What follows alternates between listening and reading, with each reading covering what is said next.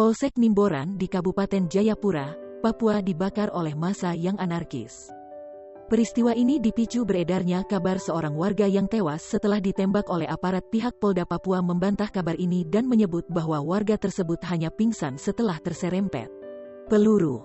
Sesaat setelah peristiwa pembakaran, suasana di distrik Nimboran, Kabupaten Jayapura, Papua mencekam pada Senin, 2/8. Dikutip dari Kompas.com, massa disebut tersulut emosi kala mendengar adanya seorang warga yang tewas tertembak. Mereka lantas mendatangi Polsek Nimboran dan melakukan aksi anarkis.